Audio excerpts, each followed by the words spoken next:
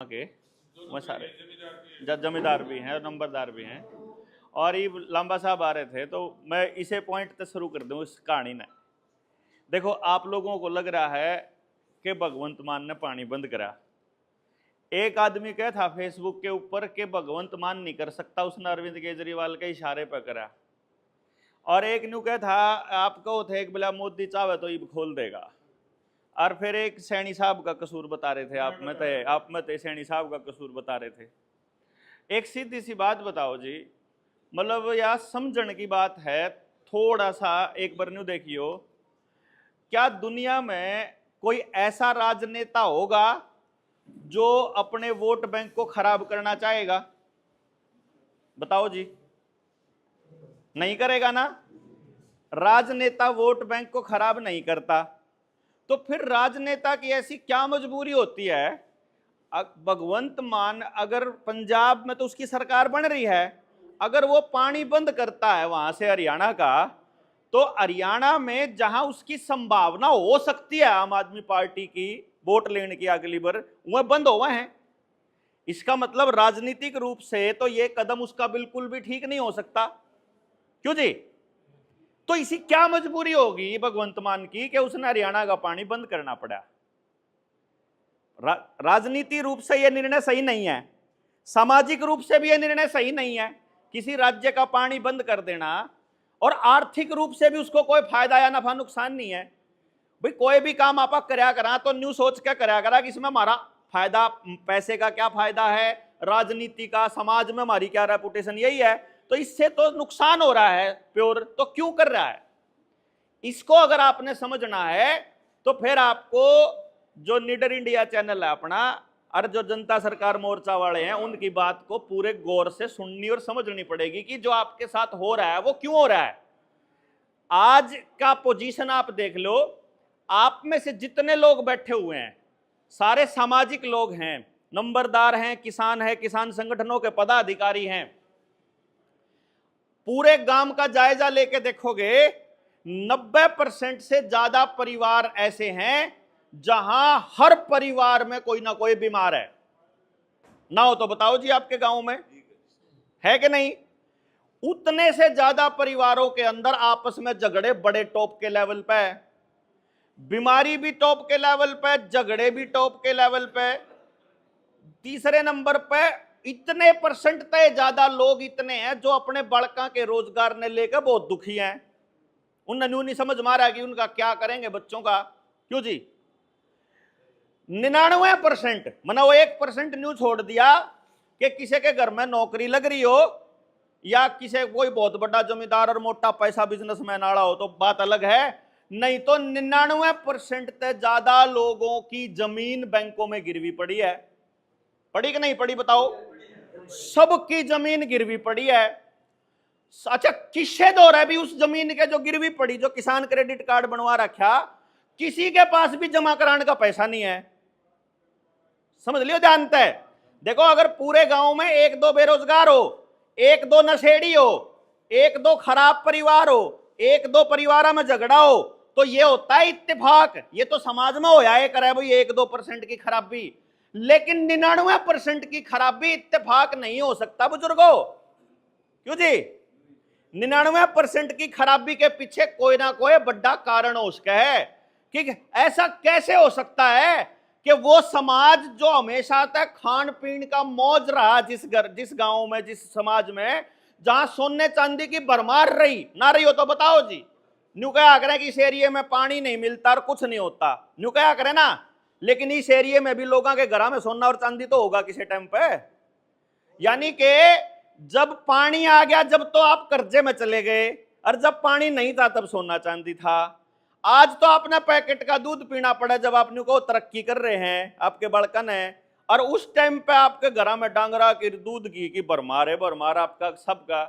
जिस टाइम को आप तरक्की का दौर कह रहे हो उस टाइम तो आपके गांव में नशा और अपराध टॉप पे है, और जिस टाइम पे आप गरीबी कह रहे हो उस टाइम पे ना नशा है ना अपराध है।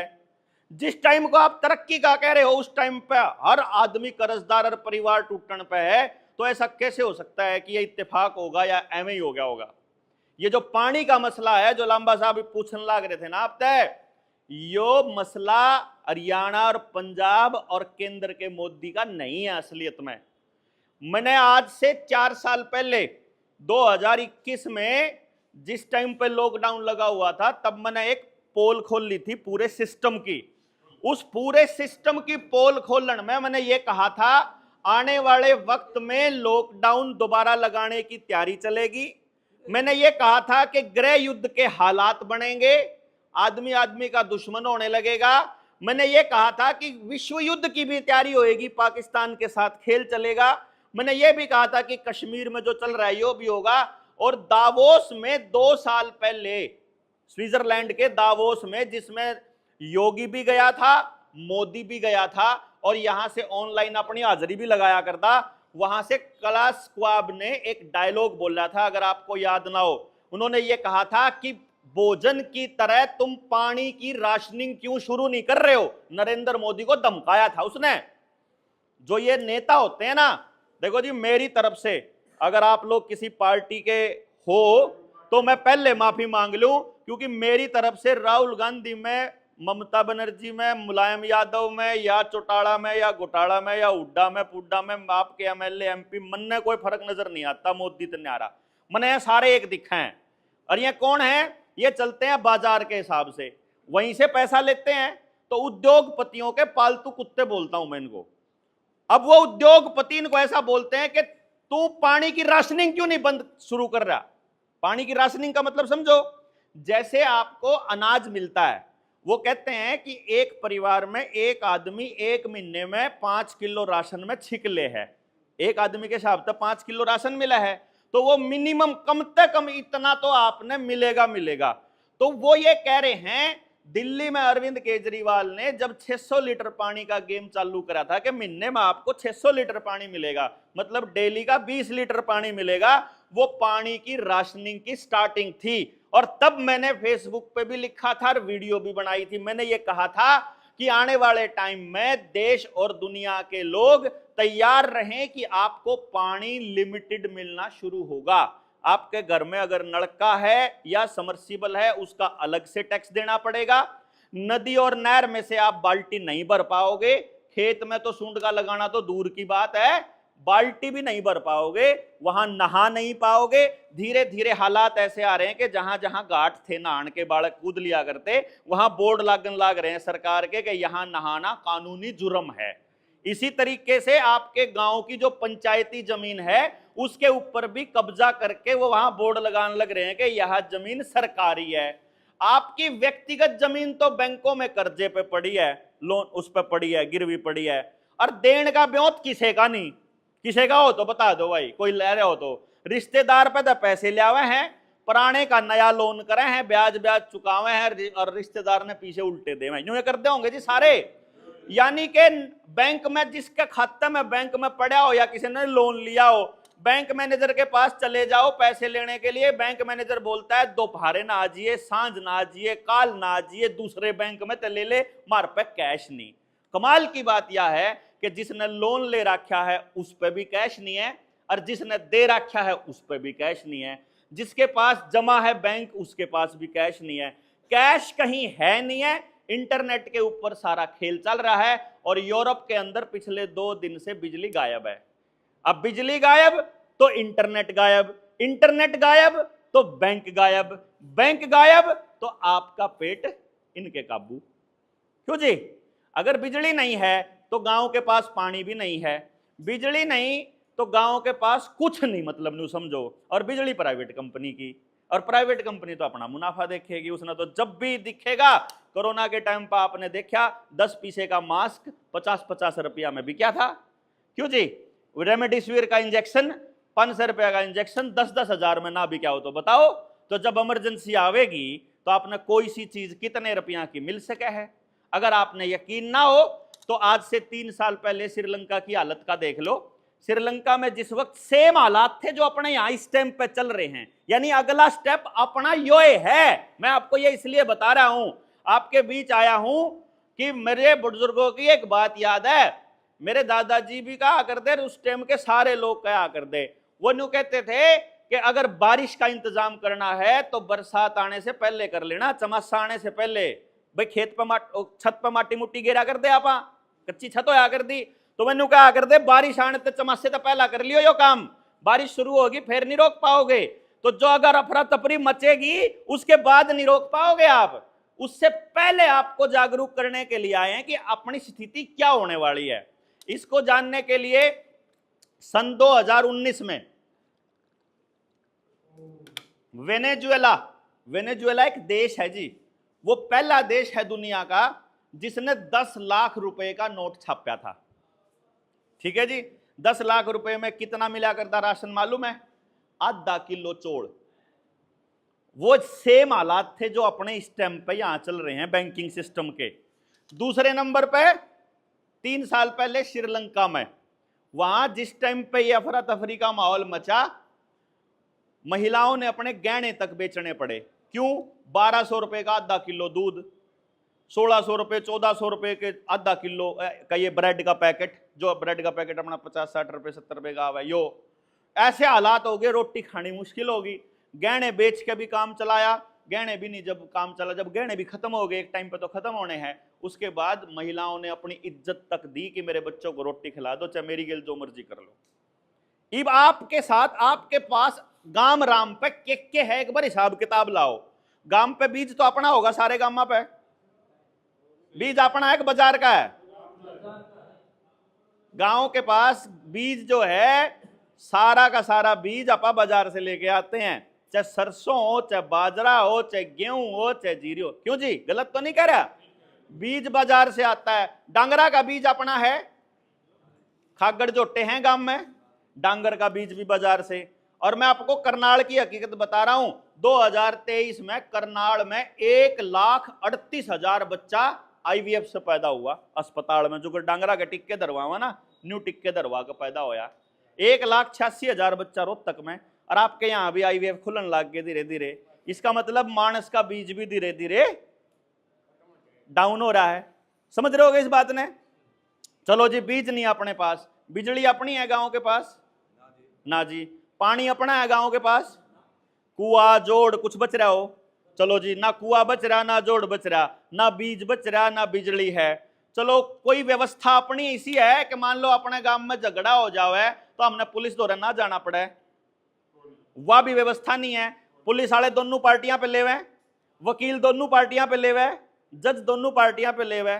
चलो पढ़ाई तो अपनी होगी, शिक्षा तो अपनी होगी, वह भी प्राइवेट हाथ में। यानी सारे जने, चाहे आप जूता ले हो, चाहे कपड़ा ले हो, चाहे बालक ने पढ़ाओ, चाहे मोटरसाइकिल चलाओ, चाहे गाड़ी चलाओ, चाहे ट्रैक्टर चलाओ, चाहे बीज बो, चाहे खेत में डांगर पालो, चाहे घर में डांगर पालो, चाहे कुछ करो, आप सारे के सारे अपनी सारी कमाई प्राइवेट कंपनियों को देने लग रहे। मानते होगे जी? चाहे खजाना कितना है भर रहा हो, अगर उसमें से सिर्फ निकल रहा होगा तो एक दिन खाली होना तय है, निश्चित है जी। इसमें तो कोई दो राय नहीं होगी जी। आप किसे जात के हो, किसे पार्टी के हो, किसे भी हो, सबके घर में बीमारी आ चुकी है, सबने लाइन में लग लग के वैक्सीन लगवाई थी। क्यों जी? इब कहीं भी हार्ट अटैक हो, सारे बोल रहे हैं अगर भैया जनता सरकार मोर्चा वाले ठीक कया करते, उस टाइम पे तो हमने नहीं कहा करते तू नया डॉक्टर पाक क्या है, तू न्यारा आया है, तू न्यारा बताया है। सरकारी नौकर ने बोला मैंने तो नौकरी के चक्कर में लुआई थी, तने नौकरी के चक्कर में लुआई थी, नौकरी करदा करदा ओडी कुर्सी पर मरिया पावे, चाहे SDM हो, चाहे तहसीलदार हो, चाहे बड़े अफसर हो। क्यों जी? काल की बात है, कल मध्य प्रदेश का प्रवक्ता, प्रदेश प्रवक्ता बीजेपी का, एक उसमें जा रहा था फंक्शन में, और वहां पर खड़ा खड़ा टक देसी गया। कल की बात है, आज अखबार में छप रही है। तो मतलब चाहे कोई किसी भी पार्टी का हो, मेरे ख्याल से मेरी जो बात है, जो नाश की राई है, वह तो सबकी चल रही है। बालक सबके मोबाइल में लगे पड़े हैं, बीमारी सबके घर में आई पड़ी है, एजुकेशन पे सारे पैसा अपना जेब से खर्च करने लग रहे हैं। चाहे आप नौकरी करते हो, चाहे आप पॉलिटिक्स करते हो, चाहे खेती करते हो, चाहे नेता हो, चाहे कुछ हो करते हो, आप सब के बच्चे नाश की राई पे हैं। ना हो तो बताओ जी, है ना? इब एक बात पे आप सहमत हो गए कि अपने गांव राम नाश की राई पे है। दूसरी बात पे सहमत अपन न्यू होना है कि ये इत्तेफाक है, किसने कोई कर रहा है, क्योंकि एक दो का तो इत्तेफाक हो सके है, मेरा दिमाग ये कहता है कि अगर सबके साथ ऐसा हो रहा है तो कोई ताकत ऐसी है जो इस पर लगी पड़ी है। क्यों जी भाई, आपका गांव की सारी जमीन गायब होली। मैं दादरी में, मेरा याद है चरखी दादरी के अंदर एक गांव के अंदर सरकार कब्जा करे थी, गुरनाम सिंह चढ़ूनी ने कॉल दी थी, यहां किसान नेता इकट्ठे हुए थे, मैं भी आया था। कौन सा गांव था वो? मौत था ना। तो हम आए थे उस गांव में, मैंने स्पीच भी दी थी, मैंने थोड़ी सी मैं बोलिया भी था। आपका याद हो, यानी कि पंचायत अभी क्या हो रहा है वो देख रही है। अच्छा, सीआईडी वाले आ रहे हैं ना, ये सारा की फोटो ले जाएंगे, ये सब ना बतावेंगे, ये मानस हैं जो उनसे थोड़े बोलनीय हैं, ये समाज ना जगान लाग रहे हैं। तो फिर वह उड़े बैठे आदमी प्लान करेंगे। अच्छा एक काम करो, अगर प्रधान जी को बोलो क्या दिक्कत है जी, प्रधान जी अगर जी बालक नौकरी नहीं लाग रहा, अच्छा नौकरी लाग जाएगा चुप होना पड़ेगा, प्रधान जी आपने ट्रांसफर करानी हो, प्रधान जी आपने बताओ क्या दिक्कत है, जो से बोलनी है उनने बताओ क्या दिक्कत है, टिकट चाहिए टिकट ले ले, फालतू नहीं बोलना बस। सर जनता को अगर सच बता दिया तो फंस, गलती कर दोगे, नहीं तो अंदर कर देंगे, झूठे साचे केस लाकर अंदर कर देंगे। फिर आदमी कितने केस लड़ा, अब जिनके लिए लड़न लाग रहा कोई आदमी, अब जिस तरह लड़न लाग रहे और आमंदर कर दिए, मान लो जनता आंदी नहीं करता, बाहर निकल गया, किसी ने फुर्सत ही नहीं है जी, मोबाइल पे लगे पड़े हैं, तो फिर आदमी लड़दा लड़दा कब तक लड़ेगा। अगर यार जिन जगान लाग रहे थे वही नहीं अंधे गेल लाग के खड़े होंगे तो फिर कौन आओगा। तो धीरे धीरे बोलने वाले लोग पीछे हट जाएंगे, सच्चे लोग पीछे हट जाएंगे और लुच्चे गुंडे फिर विधानसभा में पहुंच जाएंगे। यही बन रहा होगा। पंचायती आदमियां की तो ऐसी तैसी करें न्यू, पंचायती आदमियों की और समाज के आदमियों की ऐसी तैसी तो करें न्यू, और अपने बात समझ में को नहीं आंदी। हम लोग इनकी जाड़ को समझ नहीं पाते। तो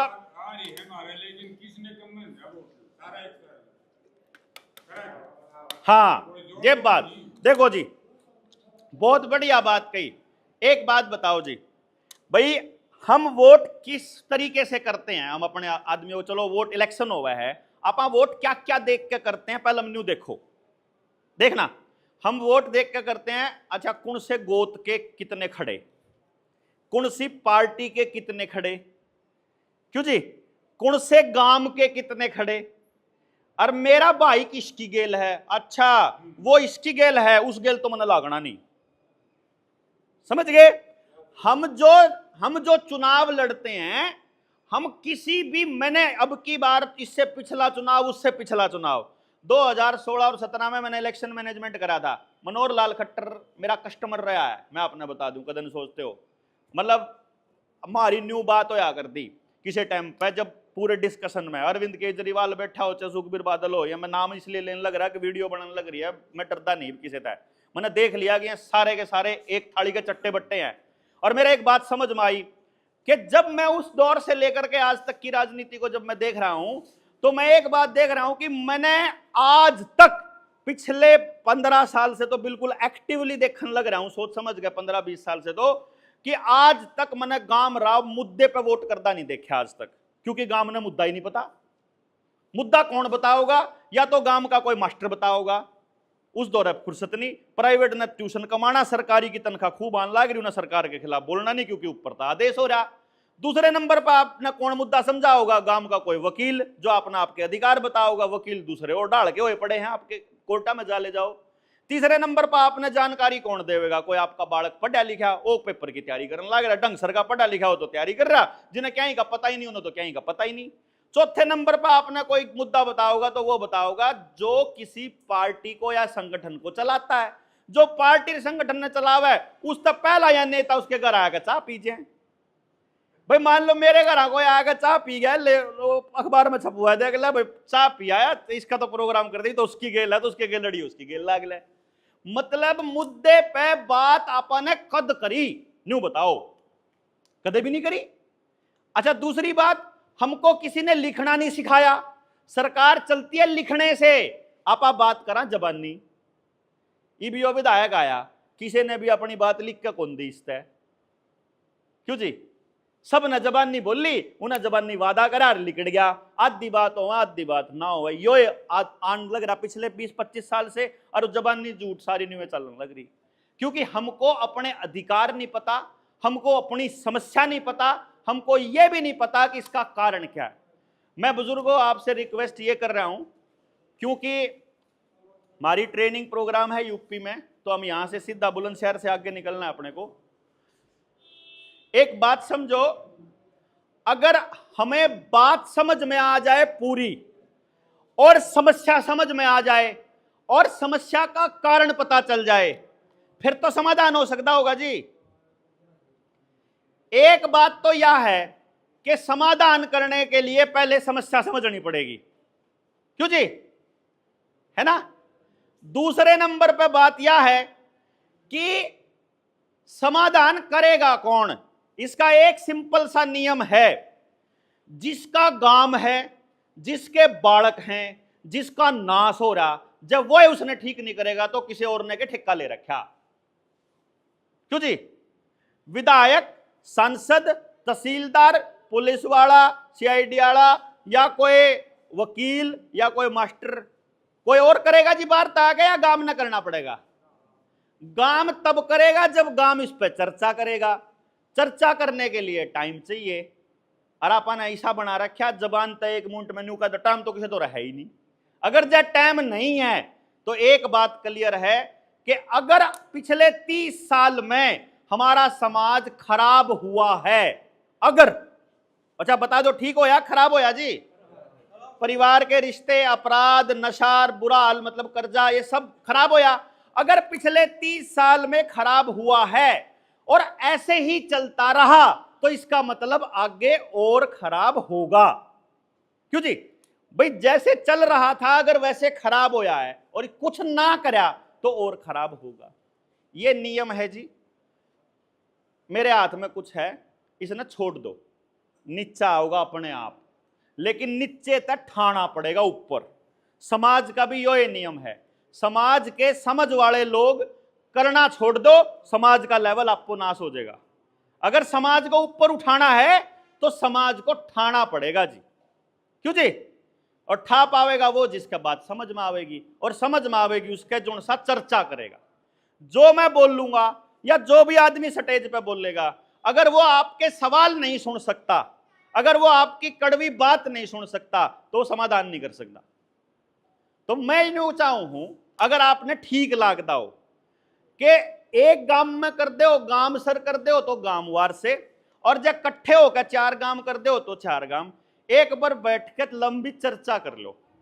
पहले हम सारी समस्या समझ लो कि हर घर में बीमारी का कारण क्या है, हर घर में अपराध का कारण क्या है, ये जो नशा चल रहा है इसका कारण क्या है, मोबाइल का क्या नुकसान है। आपको तो ये भी नहीं पता कि जो सवेरे टुंटी का पानी आवा उसमें फ्लोराइड डाल के देवा आपने, क्यों जी। टुंटी का जो पानी आवा है ना उसमें फ्लोराइड डाल के देवे हैं।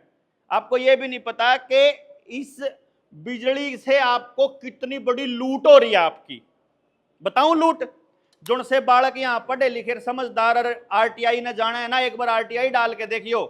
अपनी टीम में से एक बंदे ने आरटीआई डाली, सुनना इस बात को, ये आपके काम की चीज है, ये बड़ी काम की चीज। किसान नेता जो भी है, आरटीआई में सवाल पूछा कि पावर हाउस ने जितनी बिजली बनाई, पावर हाउस बिजली बनावा है, वो न्यू कम है भाई यार, तब बिजली बना मतलब स्टोर करा है उसका आगे भेजा है। तो सवाल आया कि जो जिला था एक, मैं यूपी की बात है यार, मैं नाम नहीं लेंदा बाल, क्योंकि कागज इकट्ठे करने लग रहे हैं हम इसमें। ईब जन्यू पूछोगे ना, जो कर चरखी दादरी का ही ले लेते हैं भाई, दादरी जिले में टोटल कितनी बिजली मिली ऊपर तक जिले में, पूरे जिले ने। इंदौर तो सारा कंप्यूटर में लिखा हुआ है, तो वहां पता लग गया कि पूरे जिले को 10 लाख यूनिट मिली। अब इसका मतलब ये हो गया, दादरी में कितने ब्लॉक हैं जी, कितने, 4 ब्लॉक हैं। तो इसका मतलब क्या हो गया कि अगर 10 लाख यूनिट दादरी को मिले तो हर ब्लॉक को कितनी कितनी मिलनी चाहिए, 2.5 लाख मिलनी चाहिए। उन्हें पूछा बंदे ने जब आरटीआई डाल के कि मेरे ब्लॉक ने कितनी यूनिट मिली, तो आरटीआई में जवाब आया 12 लाख यूनिट। ऊपर तक जिले ने 10 लाख मिली, एक ब्लॉक ने 12 लाख मिल गई। यार यूं कुखर भाई, मतलब बाकिया ने क्या मिला, बोला बाकिया ने भी इतनी इतनी मिली। उसका दिमाग चकरा गया। अगर यार चल एक ब्लॉक में, फिर एक ब्लॉक में कितने गांव हैं, लगभग 50 से 60 गांव होते हैं, ठीक है, वहां भी लगभग इतने गांव थे। तो अब अगर जब मान लो आप 10 लाख रे मान लिया न्यू की न्यू 10 लाख न्यू की न्यू है और 50 गांव मान लिए, तो इसका मतलब क्या हो गया कि 20,000 यूनिट एक गांव में मिलेगी, ठीक है। फिर उसने आरटीआई डाल के उससे जो बिल बनाया करता, जो रीडिंग लेना आया कर, उससे कह दिया तन्ने पीछे दूंगा 100 रुपये, तू मना अपना टोटल बिल दे, बताया क्या। उन्होंने बोला जी परसों ना हो जाएगा तैयार। 3 दिन वो बिल सारे गांव के इकट्ठा करता रहा और सारा बिल जमा कर लिया। तो उसने जब आखिर में टोटल बिल कैलकुलेट करके दिया, बोला थारे गांव ने बिजली खाई 14 लाख यूनिट। और बोला मैं तो ये समझ में आ गया मेरा कि आपके सबकी जेब के ऊपर डाका किस तरह पड़न लाग रहा है। मतलब जो चीज है ही नहीं उसके पीछे देने लाग रहे आप। और फिर मैंने, तू सचिन वह किताब लेगा, उसमें रखी डायरी में, उसमें आप ले आओ, हाँ कोई सा भी ले आओ, पिछली सीट पर धरी है वो। हमने एक किताब लिखी है, उस किताब में आरबीआई से, अच्छा है रहने दे सुखजीत भाई, है कह दो ना, यह किताब है जी, रुपया मूल्य का मापक या शोषण का साधन। ये जो जेब में रुपये लेके घूमा ना पा, है तेरा वो उल्टी तेरा है। ये जो नोट है ना जो आप जेब में लेके घूमा, इसके बारे में हमने आरबीआई से कुछ सवाल पूछे थे और इसके दम पे हम लगभग 1000-2000 लोगों के मकानों की और जमीनों की कुड़की भी रुकवा चुके हैं। हमने ये कहा कि भाई जो रुपया मारती दे रखा है तुमने कर्जे में, जो उसकी असलियत बताओ के है, उसने छापन का नियम बताओ क्या है, क्यों कर छापो हो। जुगर अपने थे तो हमारे बुजुर्गों ने एक बात बताई थी, मेरे तो याद है, मेरा दादा एक बात बताया करते, मेरे दादाजी, अग भाई सरकार पे जितना सोना हुआ है उतने नोट छाप सके सरकार, नहीं बताई थी जी, आप तभी बताई होगी जरूर पक्का। अगली पीढ़ी कौन बेरा इस बात का, हमने सरकार तो पूछा था भाई न्यू बताओ ये जो रुपया है, ये जो छाप्या है, जो इसका कूटकरण करा है, जो तुमने नु कहो कि सोना को नहीं धर दे, हम डॉलर धर लिया हाँ, कुछ और धर लिया हाँ, इसके कौन से नियम हैं और क्या तरीका है। आपको जानकर हैरानी होगी, इसमें सारे दस्तावेज ला रखे हमने, ऑफिशियल सरकार के दिए हुए, मारे बनाए हुए नहीं है, सब कुछ इसमें दिया हुआ, सरकार का लिखा हुआ है। इसके अंदर इस बात का सबूत है कि आपकी जेब में पड़ा हुआ है नोट और जो आपको लोन मिला हुआ है सारा फ्रॉड है, प्योर फ्रॉड, क्योंकि आप उसको रुपया मानते हो इसलिए वो चल रहा है। अब ना पता करा पर ये फ्रॉड कैसे है, चलो इसकी तो वैसे जरूरत नहीं, वैसे हमने पता करा फ्रॉड कैसे है। जब यू 500 रुपये हैं, मान लो यो 500 रुपये हैं, तो 500 रुपया में चालन लाग रहे, अपन तो ऐसा लागे ना 500 रुपया में चल रहे। फिर हमारा दिमाग खनखनाया कि ये 500 नकली क्यों करोगे। फिर हमारा एक बात समझ में आई, यू एक सिक्का है 1 रुपये का, यू असली एक नकली है, तो असली है ना, यो 1 रुपये का सिक्का है जी, यो छपया हुआ है सन इस पे कौन लिख रहा है दिख नहीं रहा, सन 2000 या 2001, मतलब 2018 या 19-20 का, छोटा बड़ा 1 रुपया, तो यो नया है, तो यो बता रहे हैं असली है। फिर हमने यो सुप्रीम कोर्ट की खंडपीठ के सामने हमारी टीम के एक सदस्य ने रखा था, वर्मा जी ने यह कहानी। फिर यो रुपया है 1871 का, इस पे भी 1 रुपी इंडिया लिख रहा है, 1 रुपया लिख रहा है इस पे भी। यो असली एक नकली है जी, यो भी असली है। यो चांदी का है, इसमें 90% चांदी है। अरे यो भी असली बताओ है, इब मैंने न्यू बताओ यो रुपया असली है कि वो चांदी वाला असली है जी। इसका मतलब यो नकली है। हाँ, परचेजिंग पावर। देखो ये कमाल की बात क्या है जो आपके साथ धोखा हो रहा है, वो बताऊं मैं कमाल की बात क्या है। बैंक में जाओगे, इस रुपये ने लो वाले ने लेकर बैंक लेवे इसने 1 रुपये में, और इस चांदी वाले ने लेके जाओ, इसने भी वो 1 रुपये में लेवे। हाँ जाओ, हम गए, हाँ जहां तक आया मैंने यह बात, हम गए हाँ 10 चांदी के सिक्के लेके जाओ, 10 रुपया में लेवे। वैल्यू बैंक के लिए बात नहीं है, इस कागज मैंने इस किताब में लिख रखा, सरकार न्यू कह रही है कि इस बात से फर्क नहीं पड़ता। सुनो, ध्यान से सुनना, सरकार न्यू कह रही है इस बात से फर्क नहीं पड़ता कि यूरोपिया लोहे का है चांदी का है। मखन्यू कुकर तो मारती उनने बताया 1 किलो का बट्टा है, चांदी वाला बढ़िया सोने वाला बढ़िया जी? वजन तोलने के लिए कौन सा बढ़िया? वजन तोलने के लिए चाहे लोहे का हो, चाहे चांदी का हो, चाहे सोने का हो, चाहे माटी का हो, चाहे घी इधर रखा हो बराबर में 1 किलो होना चाहिए, चाहे क्या का हो। धातु के ऊपर निर्भर नहीं करता किलो, किलो का मतलब वजन। यह बात सरकार ने कही रुपये के मामले में कि धातु के ऊपर निर्भर नहीं करता, क्योंकि इसने बनाने में और खर्चा आवे, इसने बनाने में और खर्चा आवे, और यो कागज का बनाने में और खर्चा आवे। तो इसका मतलब तो फिर सब तक कम बना लेंगे, तो जिसका सब तक कम खर्चा आया इसका मतलब तो वो सस्ता पड़ेगा, वो महंगा पड़ेगा, उसकी वैल्यू कितनी कितनी। तो सरकार ने बोली ना, रुपया मतलब रुपया, चाहे आपके मोबाइल में डिजिट हो, खाली आपके मोबाइल में डिजिट हो 20 न्यू कर दो, वो तो कुछ भी को नहीं। क्यों जी? आपके मोबाइल में बटन दबाया और दूसरे के खाते में चले गए, वो तो कुछ भी को नहीं गया, फिर भी आप मानना हो ना उसने 20 रुपया। इसका मतलब वो कुछ नहीं था, फिर भी आपने उसको 20 रुपया मानना। ये लोहा है, आपने इसे 1 रुपया मानना। यो कागज है, आपने इसे 1 रुपया मानना। और यह चांदी है, इसको भी आपने 1 रुपया मानना। और बैंक भी इसे 1 रुपया ही मानता है। फिर हम चले गए सुनार दौरे। सुनार ने इस 1 रुपये या इसे 1 रुपये, इस 1 रुपये में 1000 दे दिए मरते। हमने पूछा भाई इसमें कितने आवेंगे? ये 1 रुपये में 1000 रुपये आवे भाई। न्यू कुकर वो बोला जी धातु का फर्क है। इसका मतलब तो इसके बाद कुछ एक धातु आई थी जिसमें चांदी 50% थी, तो बोला उसमें 500 आवेंगे। तो फिर असली कौन सा है? तो सरकार ने बताया कि असली नकली ये नहीं है। अब इसको समझो आप, ये असली खेल न समझो।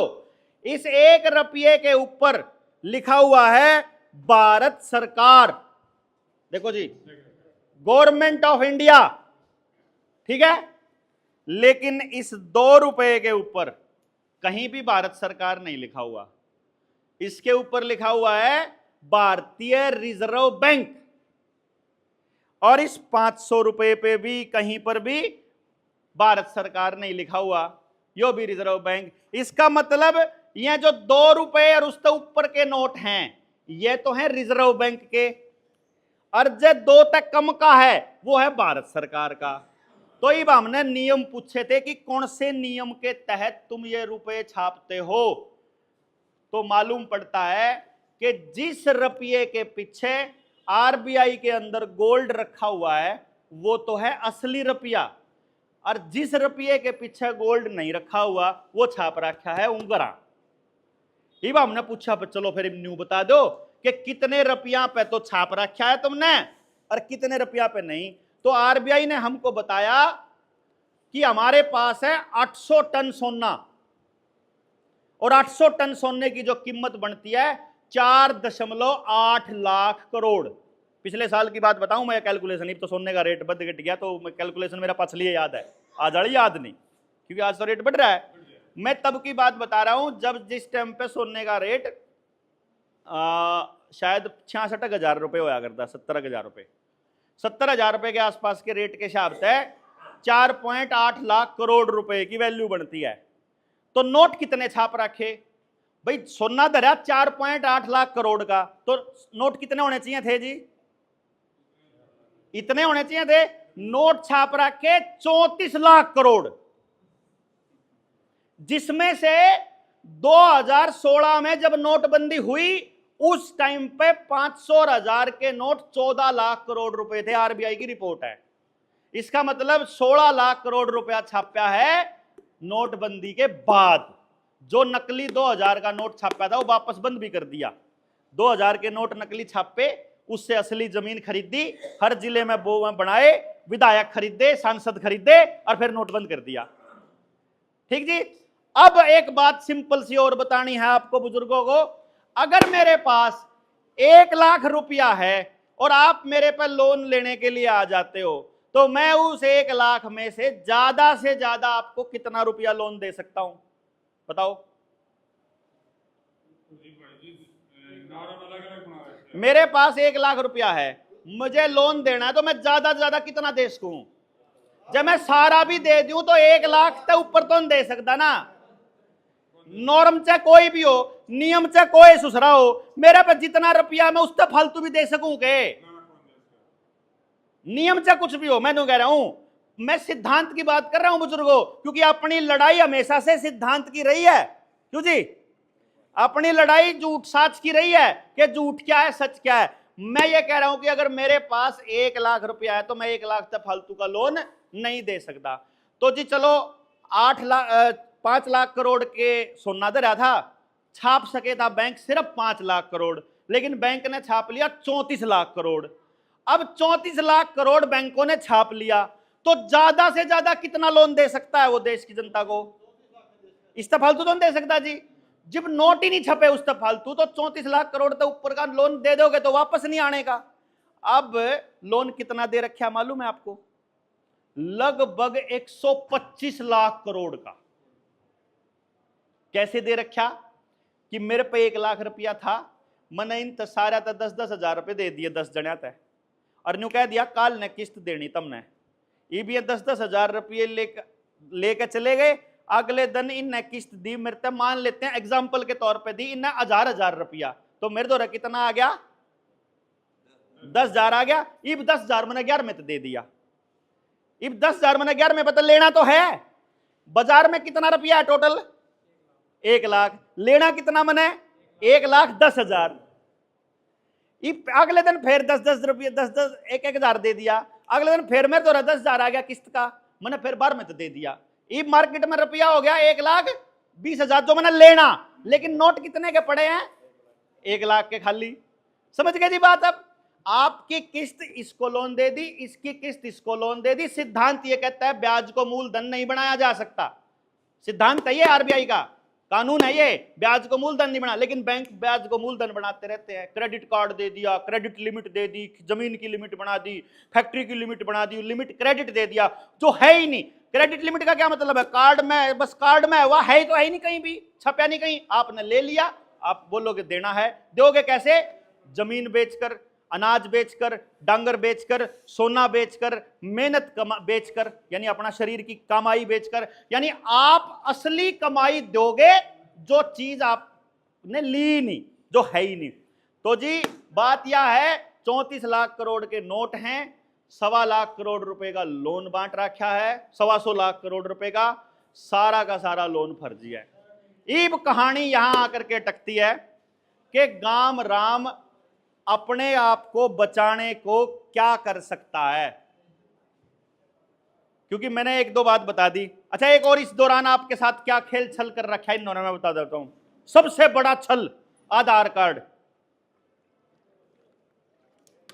और फैमिली आईडी और आयुष्मान कार्ड, आभा कार्ड, किसान का कार्ड, रजिस्ट्री के कार्ड, ऑनलाइन रजिस्ट्री, ऑनलाइन जो कुछ भी है, सबसे बड़ी ठगी का धंधा है वो। आधार कार्ड का खेल समझ लो। 3 साल पहले आप लोगों के साथ एक जबरदस्ती हुई थी, सरकार ने एक जबरदस्ती करी थी। उन्होंने कहा था अगर वैक्सीन की 2 डोज नहीं लगवाओगे तो तुमको राशन नहीं मिलेगा, पेंशन नहीं मिलेगी, तनख्वाह नहीं मिलेगी, बस में नहीं जान देंगे, रेल में नहीं जान देंगे, जहाज में नहीं जान देंगे, दुकान नहीं खोलने देंगे, मंडी में नहीं जान देंगे, बाजार में नहीं जा सकते, कोई काम नहीं होगा। न्यू कहा था जी, सचिवालय में नहीं जा सकते, कोर्ट में नहीं जा सकते, हाजिरी नहीं ला सकते, न्यू कहा था। इसका मतलब वो पहले ट्राई कर चुके हैं कि इस देश के लोग इतने बुजदिल हैं, बस कुछ भी कह दो मान लेंगे।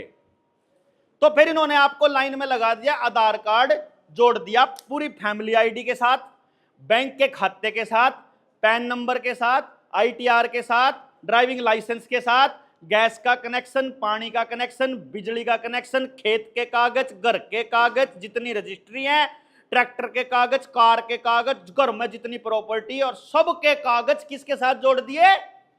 आधार कार्ड के साथ। अगली बारी अगर आपको चौथी डोज लगानी होगी तो सरकार को आपका गैस, पानी, बिजली बैंक खाता बंद नहीं करना, केवल आधार कार्ड बंद करना है। क्यों जी?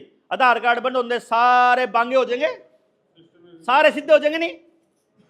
मतलब अब आपको सीधा करने का अरेंजमेंट सरकार ने पूरा कर रखा है।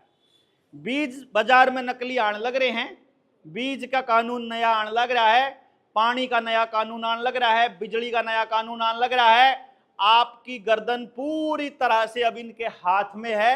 अब आप इकट्ठे होकर तो अपनी गर्दन बचा सकते हो, अलग अलग रहकर अपनी गर्दन बचाना संभव नहीं है, क्योंकि सबके ऊपर कर्जा है, सबकी जमीन की लिमिट बनी हुई है। किसी के पास पैसा नहीं है, किसी के पास डांगर नहीं, किसी के पास बीज नहीं, किसी के पास मेहनत नहीं, किसी के पास गोल्ड नहीं।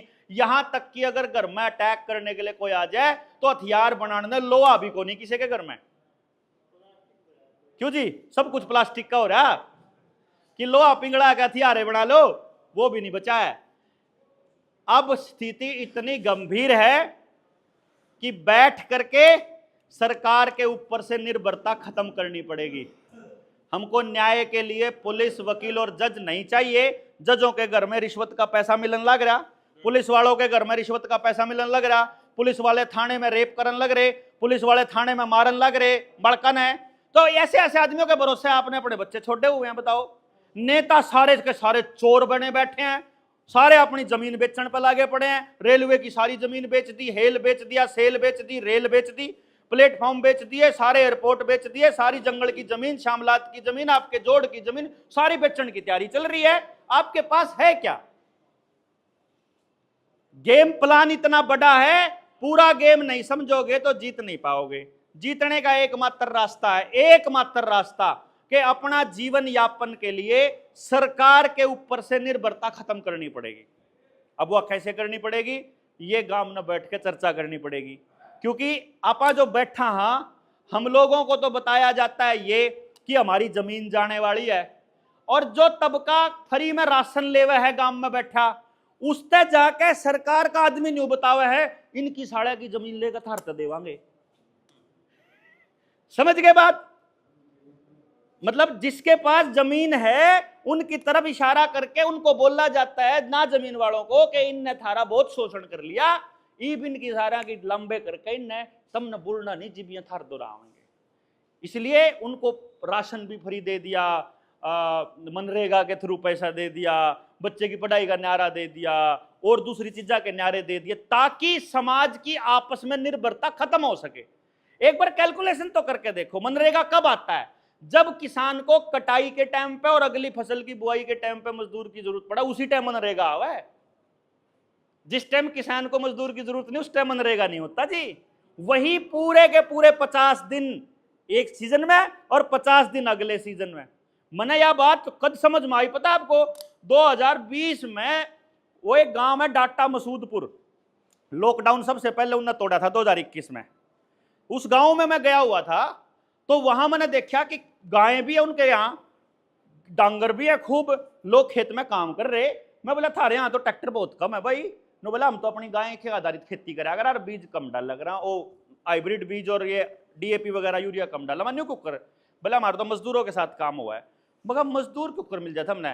बोला हमारे गाँव ने मिलकर एक निर्णय ले रखा है कि जिस टाइम मनरेगा आएगा उस टाइम पे ढिंढोरा पिटवाते हैं वो गाँव में, कि भाई पहले किसान को जितने मजदूरों की जरूरत पड़ेगी पहले वहां जाएंगे, बचे हुए मजदूर मनरेगा में जाएंगे।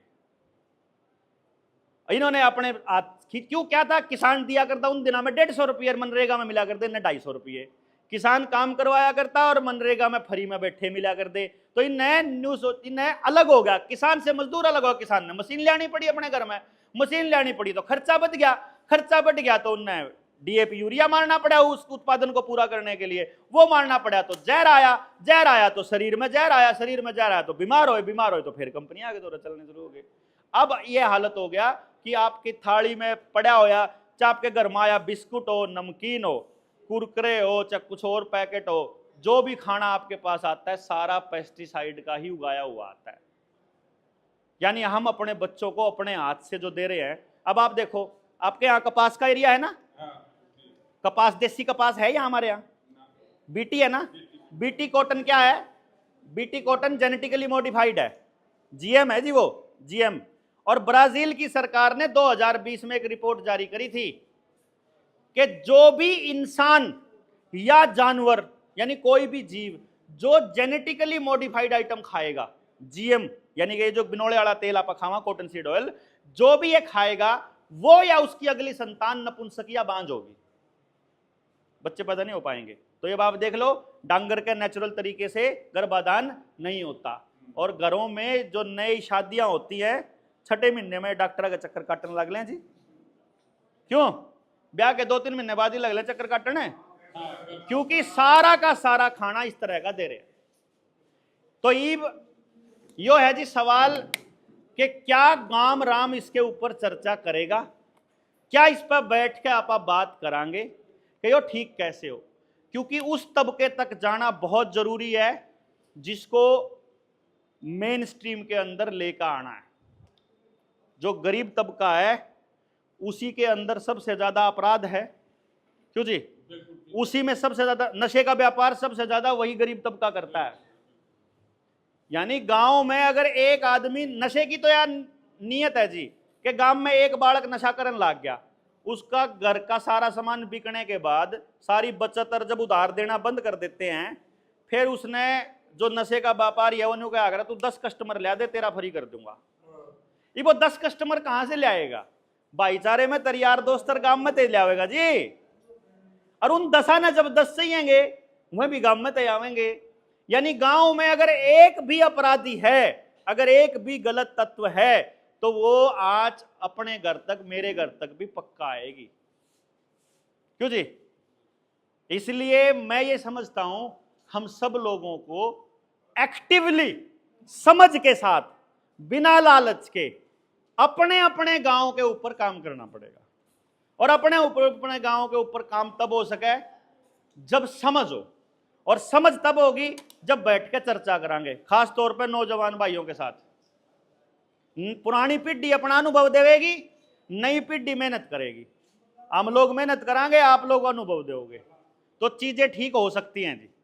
क्योंकि आप सब ने, जितने लोग आप बैठे हो ना बुजुर्ग, आपने वो दौर देखा है जब गांव में बेटी को सारे गांव की बेटी बोला जाता था और किसी की बेटी को चिंता नहीं थी पूरे गांव में, क्यों जी? आपने वो दौर देखा है जब कोई भी बीमार नहीं था। आपने दौर देखा है जब आपको अपने फैसले करने के लिए कोर्ट कचहरियों के चक्कर नहीं काटने पड़ते थे।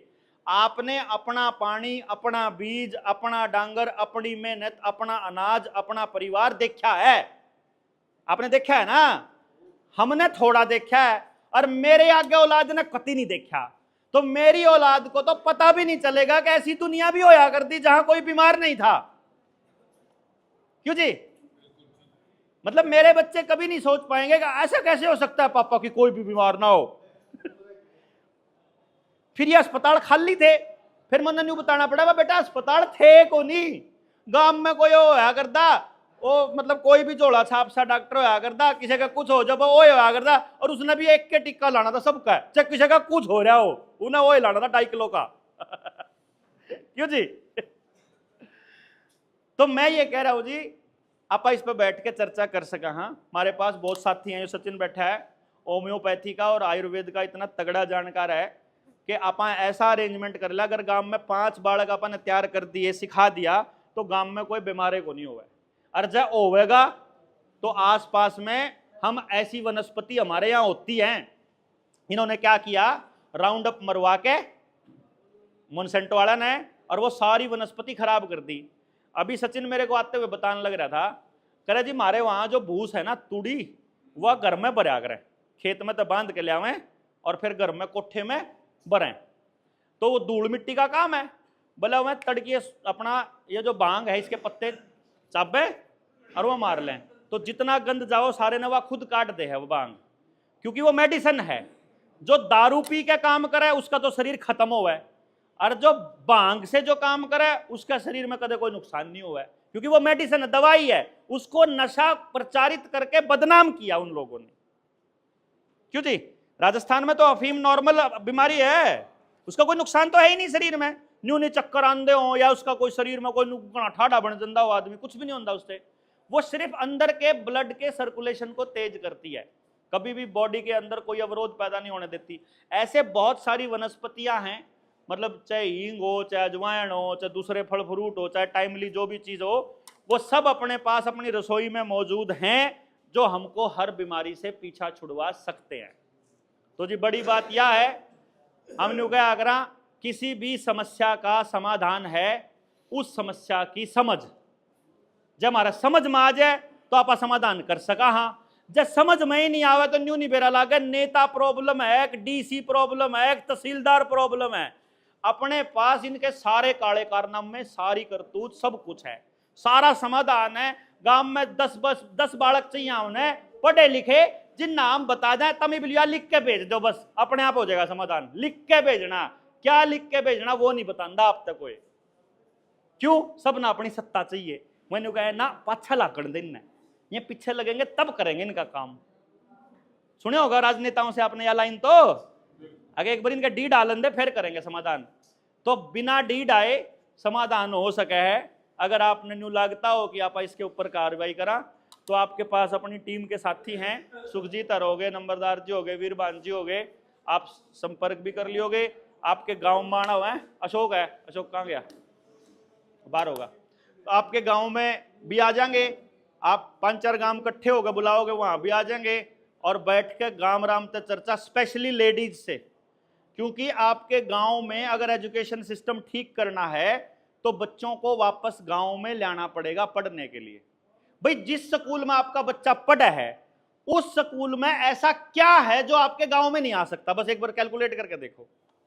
क्योंकि मैंने एक गांव पे कैलकुलेट किया था, 1300 बच्चा बाहर पढ़ने के लिए जाता था, 1300 बच्चा। उन 1300 बच्चों में से 53 लाख रुपया 5 स्कूल के मालिकों के पास जाता है जी। 53 लाख महीने का, साल का 6 करोड़ रुपया एक गांव सिर्फ पढ़ाई के नाम पे वेस्ट करेगा। और वो भी ऐसी पढ़ाई जिसमें बीए करे पीछे बालक ने कहीं क्या करूं, 25-25 साल इतना पैसा वेस्ट करने के बाद भी रिजल्ट जीरो। यही पढ़ाई होगी जी? क्यों जी? जीरो पढ़ाई के ऊपर इतना पैसा वेस्ट हो रहा। मैंने पूरा अगर 6 करोड़ रुपया अपने गांव में फूक लो, पीछे का आग लानी हो अपने गांव में ला लो, कम से कम आपके गांव का तो स्कूल बनेगा। और वो टीचर्स का हिसाब किताब लगाया था कि लगभग जहां आप 53 लाख फूकने लग रहे हो, 10 लाख रुपया में 10 बड़का पे एक मास्टर रखा जा सके। 10 लाख रुपया में 10 बच्चा पे एक मास्टर। हिसार में वो सिस्सर ने शुरू किया था, गांव सिस्सर है जो, हाँ उसमें शुरुआत करी थी। अभी मतलब अगले स्टेप पे चलना है उसने। तो ऐसे करके देखो, एक दिन जब आप कति खाली हो जाएंगे उस दिन तो लड़ने के लिए निकलना ही पड़ेगा जी। ईब एसी में बैठे रहो, ईब घर में पंखे तले बैठे रहो, औलाद का जब कति नाश हो लेगा जब लिकड़ना पड़ेगा। मैं तो चंडीगढ़ रहा हूं, मैं सरकारी मास्टर था जी, मैं अपनी नौकरी छोड़ के लगा हुआ इस काम पे। आप हिसाब ला लो इससे कितना जरूरी काम होगा। और ये निर्णय लिया हुआ अपने जीवन में कि मैं कभी चुनाव नहीं लड़ूंगा।